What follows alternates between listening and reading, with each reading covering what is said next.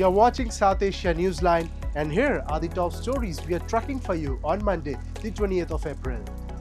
India and South Korea sign key agreements to boost economic ties.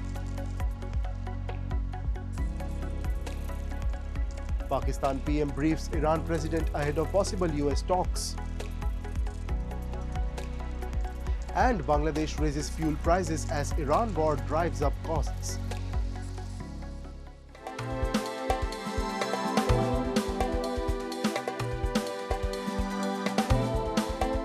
And now for all the details.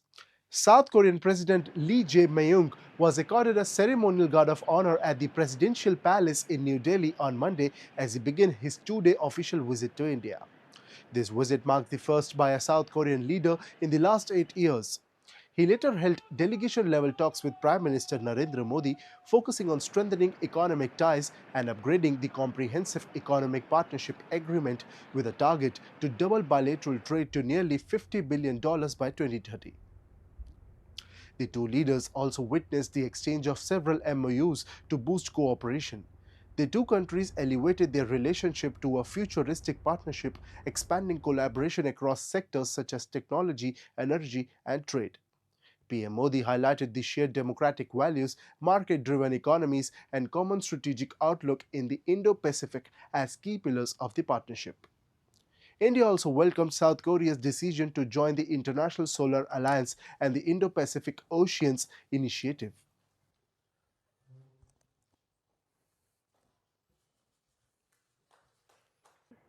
Friends, Bharat और Korea का bilateral trade आज $27 billion तक पहुंच चुका है।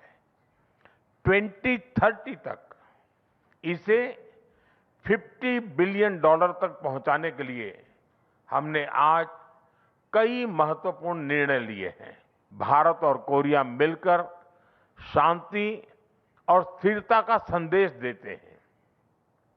हमें बहुत खुशी है कि आज कोरिया इंटरनेशनल सोलर अलायंस और इंडो पैसिफिक ओशंस इनिशिएटिव से जुड़ रहा है।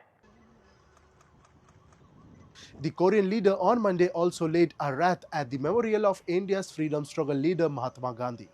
India is already a major market for South Korea's biggest conglomerates such as Hyundai Motor, which is seeking an annual production capacity of 1.5 million cars and listed a unit on India's stock market in 2024. 마지막으로 영내 평화와 글로벌 현안 대응을 위해 긴밀한 공조를 지속해 나가기로 하였습니다. 우리는 최근 중동 정세에 대한 의견을 교환하며 중동 지역의 안정과 평화 회복이 세계 안보와 경제에 매우 중요하다는 데 공감하였습니다. India's Vice President C.P. Radhakrishnan continued his two-day visit to Sri Lanka on Monday with a visit to Nuwara Eliya, where he received a traditional welcome from the local community. He toured homes built under the Indian Housing Project, a key initiative aimed at improving living conditions for the Indian origin Tamil community, and interacted with residents to understand their concerns. Earlier, Radhakrishnan held discussions with Sri Lankan President Anura Kumara Dissanayake and Prime Minister Harini Amarasurya, reaffirming shared priorities in bilateral cooperation. The visit underscores India's continued commitment to the welfare of Indian origin Tamils and efforts to deepen people-to-people ties between the two nations. Meanwhile, India's Foreign Secretary Vikram Misri, who is in Colombo with the Vice President, told reporters that India has conveyed deep concern to Iran over a shooting incident involving Indian-flagged ships in the Strait of Hormuz, emphasizing the need to ensure maritime safety, energy security, and the protection of Indian nationals.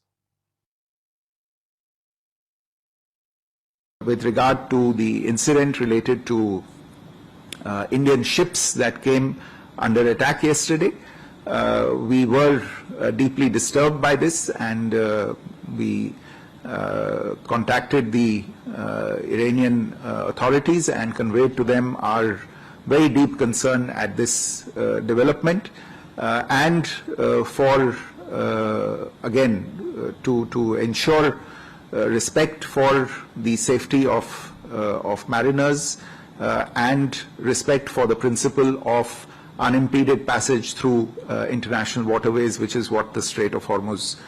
Pakistan's Prime Minister Shehbaz Sharif spoke with Iran's President Masoud Pezeshkian on Sunday, briefing him on the latest tour in the Middle East.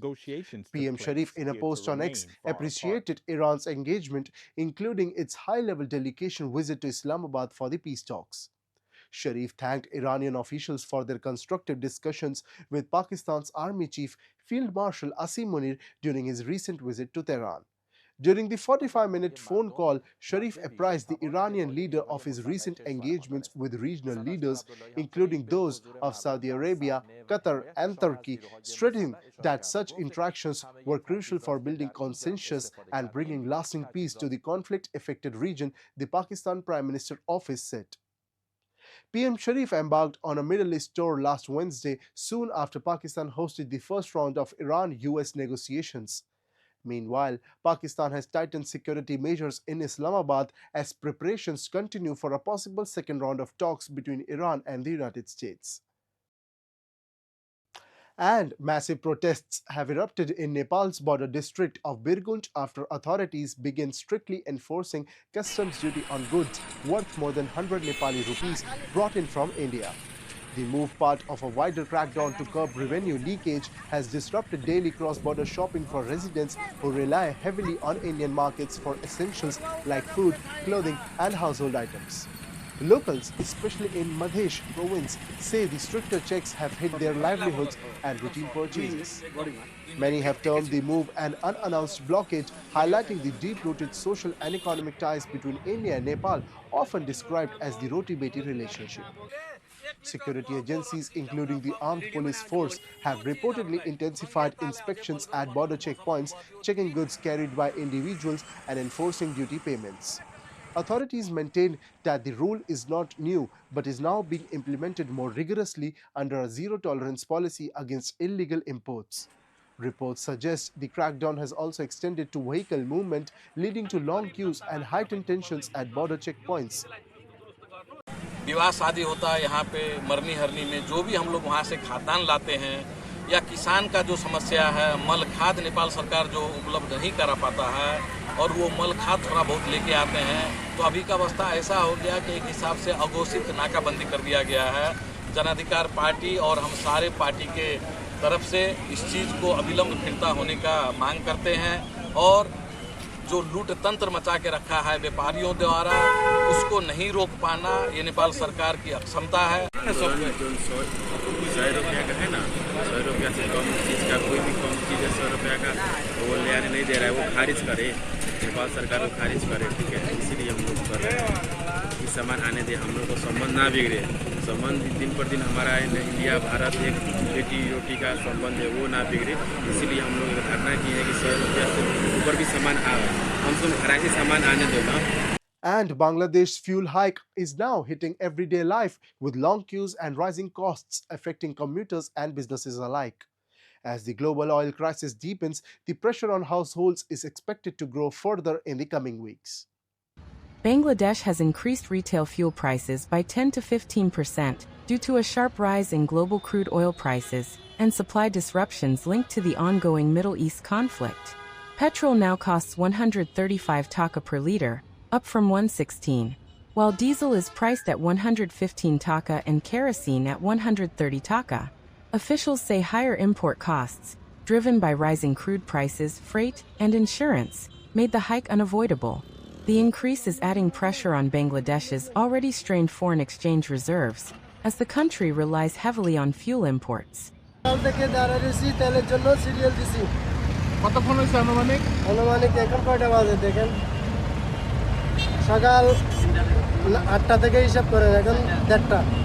The government tried to shield consumers through subsidies, delayed price hikes, stock controls, and supply diversification, but rising global prices made these measures unsustainable. Dhaka has sought over $2 billion in external funding for energy imports, while fuel shortages have led to long queues at pumps, worsened by panic buying and hoarding. The hike is likely to fuel inflation, especially in transport and agriculture, raising food prices and living costs. Bangladesh joins other countries increasing fuel prices amid surging global oil markets. যেগুলো rent আছে প্রতিদিন চলাচল করে পুরো তেল সংকটে পড়ে গেছি, যেটা আমাদের অনেক কষ্ট হয়। ডেইলি মনে করেন 2 লিটার তেল খাই, এটা নিয়ে আমাদের আপ ডাউন করতে দিতে হয়। আমরা ইনার থেকে আসছি, প্রায় 1.5 লিটার তেল চলছে। Jewelry shops across India on Sunday saw a surge in footfall as buyers rushed to buy gold ornaments on the occasion of Akshaya Tritiya, a Hindu gold buying festival. Akshaya Tritiya, the second biggest gold buying festival after Dhanteras, is considered an auspicious occasion for purchasing gold and is being celebrated today. आप देखिए तो compare to last year मतलब अगले साल के मुकाबले almost double rate हो गया है, तो असर तो पड़ेगी ही पड़ेगी।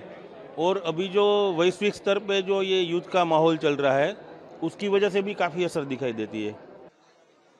The festival, associated with prosperity and the belief that the purchases made on the day bring lasting wealth and good fortune, typically drives strong retail demand for gold and jewelry each year. Regardless of the amount, we make it a point to purchase something on the day as part of the tradition, a buyer said. आज अक्षय तृतीया है और पूरे साल में एक ही दिन आता है। यहाँ ये दिन शुभ माना जाता है, इसीलिए हमारे घर में लक्ष्मी की भी वास होती है और गोल्ड खरीदने पे हमारा पूरा साल भी अच्छा जाता है। Dealers quoted discounts of up to $4 an ounce, and though some quoted premiums of $14 an ounce over official domestic prices this week, helped by festival-related demand, inclusive of 6% import and 3% sales levies, compared with last week's discounts of up to $6 an ounce and premiums of $9. Domestic gold prices were trading around 1,53,200 rupees per 10 grams on Friday, after rising to 1,55,065 rupees earlier last week, the highest in a month. That's all in tonight's edition. We'll see you same time tomorrow. Good night.